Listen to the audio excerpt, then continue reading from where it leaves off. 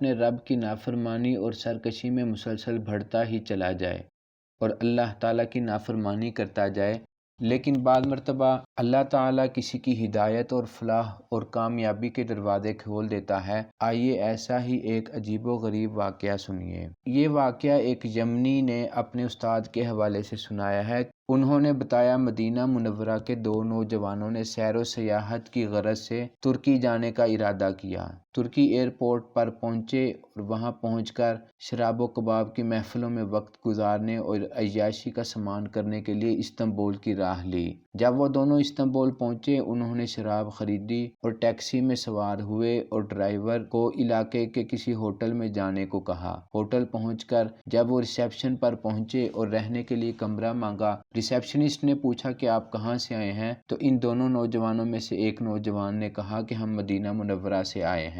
یہ سن کر ریسیپشنسٹ کا چہرہ خوشی سے کھلکھلا اٹھا اور نبی کریم صلی اللہ علیہ وسلم کے شہر سے نسبت ہونے اور اہل مدینہ سے محبت کی وجہ سے ریسیپشنسٹ نے ان دونوں کو تھوڑی قیمت میں بہترین کمرہ بک کر دیا۔ دونوں نوجوان ریسیپشنسٹ کے اس پروٹوکول سے تو خوش ہوئے اور ہوٹل کے کمرے میں جا کر رات گئے دیر تک شراب کے جام لنڈھاتے رہے۔ ان میں سے ایک تو مکمل نشے کی حالت میں چلا گیا اور دوسرا تھوڑا تھوڑا نشے کی حالت میں تھا، اور اسی حالت میں دونوں سو گئے۔ رات تقریباً 4:30 کا وقت تھا کہ اچانک وہی ریسیپشنسٹ راہداری کے بیچوں بیچ چلتا ہوا ان نوجوانوں کے کمرے کے سامنے جا پہنچا اور دروازے پر دستک دی۔ ان میں سے ایک نوجوان آنکھیں مسلتا ہوا اٹھا اور دروازہ کھولا تو سامنے اسی ریسیپشنسٹ کو موجود پایا، جس نے ان کو تھوڑے داموں میں، تھوڑی قیمت میں بہترین کمرہ دیا۔ وہ ریسیپشنسٹ کہنے لگا کہ اس ہوٹل کے سامنے والی مسجد کے امام کو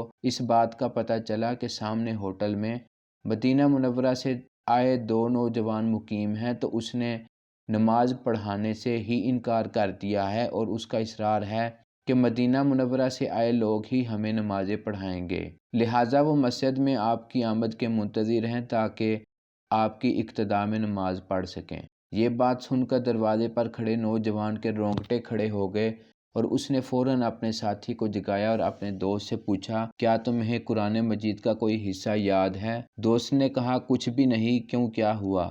دوست نے ساری صورتحال سے آگاہ کیا تو دوسرا نوجوان کہنے لگا، میرے لیے تو ممکن ہی نہیں کہ میں امامت کروا سکوں۔ دونوں بیٹھے یہی سوچ رہے تھے کہ اس مشکل سے کیسے نکلا جا سکے۔ دوبارہ دروازے پر دستک ہوئی اور وہی ریسیپشنسٹ سامنے کھڑا تھا اور کہنے لگا کہ ہم آپ کا انتظار کر رہے ہیں، فجر کا وقت تیزی سے نکلا جا رہا ہے، لہٰذا جلدی سے مسجد پہنچیں۔ دونوں دوست اسی وقت غسل خانے میں گئے اور غسل کیا اور مسجد کی طرف دوڑ پڑے۔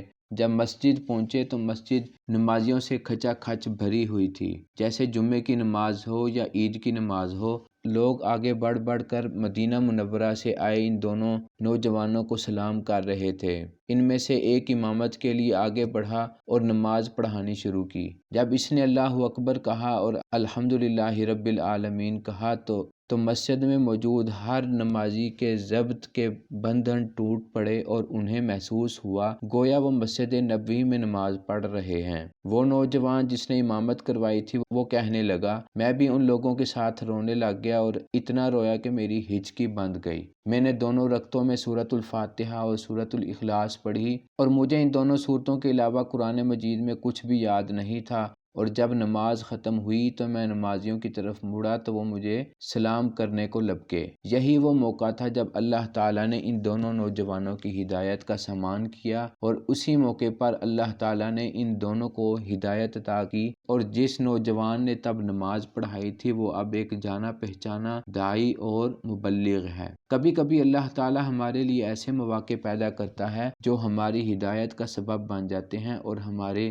وہم و گمان سے بھی دور ہوتے ہیں۔ جزاک اللہ، بارک اللہ فیک۔